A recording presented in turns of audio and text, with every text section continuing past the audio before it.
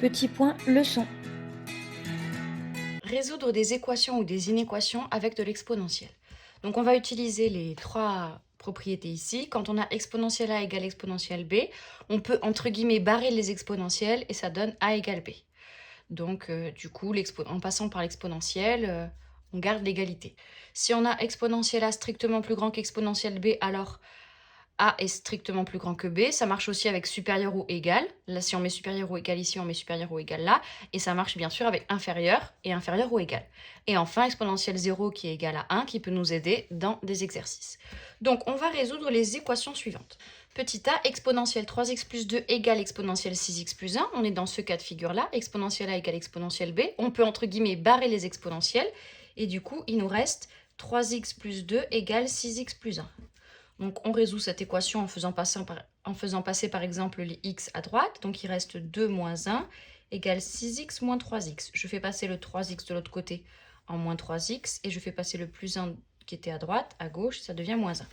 Donc ça nous donne 2 moins 1, 1 égale 6x moins 3x, 3x, et on va tout diviser par 3 pour avoir x.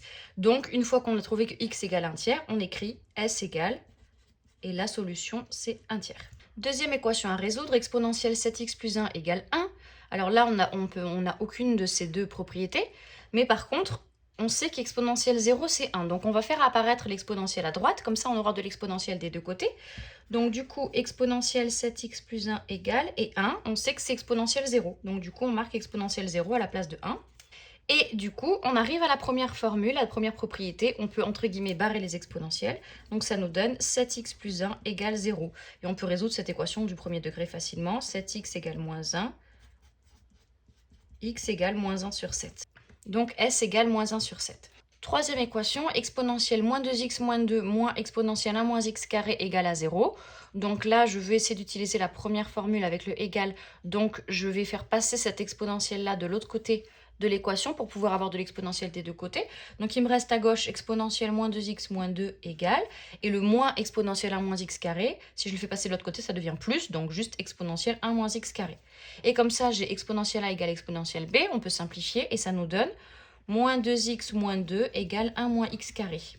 Donc ça nous donne une équation du second degré. Pour résoudre une équation du second degré, il faut tout mettre d'un côté de l'équation pour avoir égal à 0 et ensuite faire delta. Donc là, du coup, j'ai moins 2x moins 2. Si je fais passer le 1 de l'autre côté, ça fait moins 1. Si je fais passer le moins x carré de l'autre côté, ça fait plus x carré égale 0 puisque j'ai tout fait passer. Et donc ici, on obtient moins 2x moins 2 moins 1 plus x carré. On met les x carrés en premier. Ensuite, on a moins 2x. Et ensuite, on a moins 2 moins 1 moins 3 égale à 0. On obtient une équation du second degré qu'on va résoudre grâce à delta. A égale 1, b égale moins 2, c égale moins 3. Delta égale b carré moins 4ac. Delta égale 16. 16 c'est un nombre strictement positif, donc deux solutions. x1 égale moins b moins racine de delta sur 2a. x2 égale moins b plus racine de delta sur 2a. Et on trouve x1 égale moins 1, x2 égale 3. Donc s égale, on met dans l'ordre du plus petit au plus grand, moins 1, 3. Donc là, on a résolu des équations avec de l'exponentielle. Maintenant, on va voir pour les inéquations. C'est le même principe, sauf que qui dit inéquation dit qu'on va prendre des morceaux, donc à la fin, il y aura des intervalles. Première inéquation, exponentielle 2x moins 1 strictement plus grand que 1. On veut essayer d'utiliser cette formule-là, mais pour ça, il faut de l'exponentielle des deux côtés. Donc, on utilise comme tout à l'heure le fait que 1, c'est la même chose que exponentielle 0. Et comme ça, on peut entre guillemets barrer les exponentielles. Il nous reste 2x moins 1 strictement positif, donc 2x strictement plus grand que 1, et donc x plus grand que 1 demi. Comment on écrit ça? S égale, donc plus grand que 1 demi, ça veut dire qu'on va de 1 demi jusqu'à plus l'infini. L'infini, on ne prend jamais, donc crochet extérieur. Et 1 demi, comme il y a marqué strictement supérieur à 1 demi, on ne prend pas non plus 1 demi. Donc S égale 1 demi plus l'infini, crochet ouvert. Deuxième inéquation, on nous dit exponentielle 3x carré moins 2x plus 1 moins exponentielle 2x carré moins 3x plus 13 inférieur ou égal à 0. On va utiliser cette formule qui marche, je vous le rappelle, avec supérieur, supérieur ou égal, inférieur, inférieur ou égal.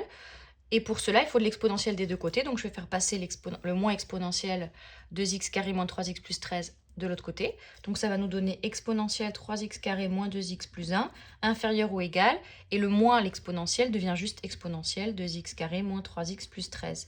Comme ça, je peux entre guillemets barrer les exponentielles. Et il nous reste 3x carré moins 2x plus 1 inférieur ou égal à 2x carré moins 3x plus 13. Je fais passer tous les termes à gauche et j'obtiens 3x carré moins 2x plus 1 moins 2x carré plus 3x moins 13. En changeant les signes, en passant de l'autre côté. En simplifiant, ça nous donne 3x carré moins 2x carré, x carré, moins 2x plus 3x plus x, et plus 1 moins 13 moins 12. Et donc j'obtiens cette inéquation du second degré. Si vous n'êtes pas à l'aise avec résoudre des inéquations du second degré, vous pouvez regarder la vidéo qui s'appelle « Résoudre des inéquations du second degré » et vous verrez ensuite un peu plus précisément. Là, on va aller un petit peu plus vite du coup. A égale 1, B égale 1, C égale moins 12. On calcule delta, on trouve 49. Delta est positif, donc il va y avoir deux solutions. x1 égale moins b moins racine de delta sur 2a. Et ça nous donne moins 4. x2 égale moins b plus racine de delta sur 2a. Et ça nous donne 3. Une fois qu'on arrive là, comme on veut savoir quand est-ce que c'est négatif, on fait le tableau de signes de x carré plus x moins 12. Donc on met les deux solutions qu'on a trouvées grâce à delta, moins 4 et 3.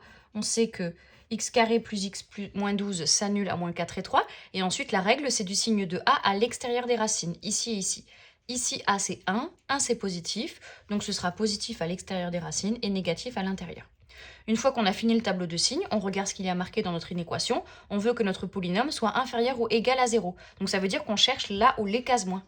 On n'en a qu'une, c'est celle-là. Donc on écrit S égale. Cette case, elle va de moins 4 à 3. Et pour savoir les crochets, comme il y a marqué inférieur ou égal à 0, ça veut dire qu'on prend les 0. Donc on prend moins 4 et on prend 3. Donc S égale moins 4, 3, crochet fermé. Voilà comment résoudre des équations et des inéquations avec de l'exponentielle.